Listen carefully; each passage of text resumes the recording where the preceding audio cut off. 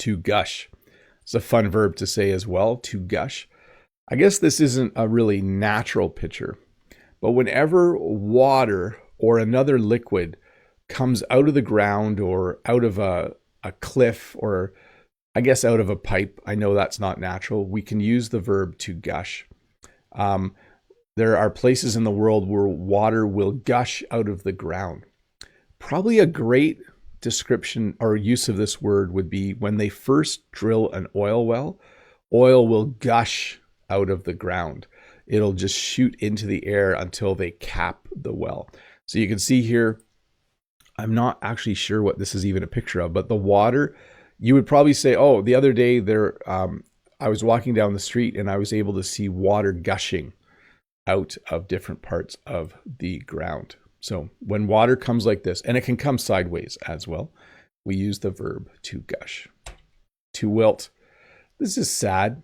This is what happens to a plant when it doesn't get enough water. You could say to someone, if you don't water your houseplants, they're going to wilt. So when they wilt, the leaves droop down. I think I might have used this picture to teach the verb to droop as well. But when you have leaves and you can see the plant's not happy, some of the leaves are brown, it's obviously very thirsty. So if you don't water a plant, it is going to wilt. There's no question about it.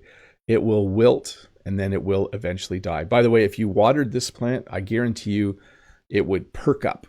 The leaves would slowly go back up and it would look fine and be healthy again. So when you see a plant starting to wilt, give it a little bit of water and it should be okay. To roar. So I live near Niagara Falls and you can hear the water. When you go to Niagara Falls, you can hear the water roar. So it's like you can just, it's a constant loud sound. By the way, some animals roar as well. A lion can roar. I'm not going to do an impression of a lion. When you go to Niagara Falls, there are so many liters of water going over the waterfall that it actually makes a loud sound. You could hear it roar. And it's pretty cool to go there and to hear it roar. It's probably one of the enjoyable things about seeing Niagara Falls or any other waterfall. It's fun to just to hear the waterfall roar. To glisten. So after it rains, or in the morning if there's a lot of dew is when water forms in the morning, you can see things glisten. We use the verb glisten to talk about something that's wet and shiny. If it rains on your car, the car will glisten a little bit, like it's brighter than normal. If you look at this leaf, it's kind of glistening. It's reflecting lots of light and it looks really, really cool. So when you say that something is glistening, when you say, oh, it's raining, the leaves on the tree are going to glisten after the rain. I wish I had a camera set up because I could actually see the leaves outside glistening. So a little hard to say, but rhymes with listen. Like you can listen and a leaf can glisten. To buzz. So I did earlier express that I do not like the sound of mosquitoes buzzing. I don't mind the sound of bees buzzing. You can see this bee is hard at work.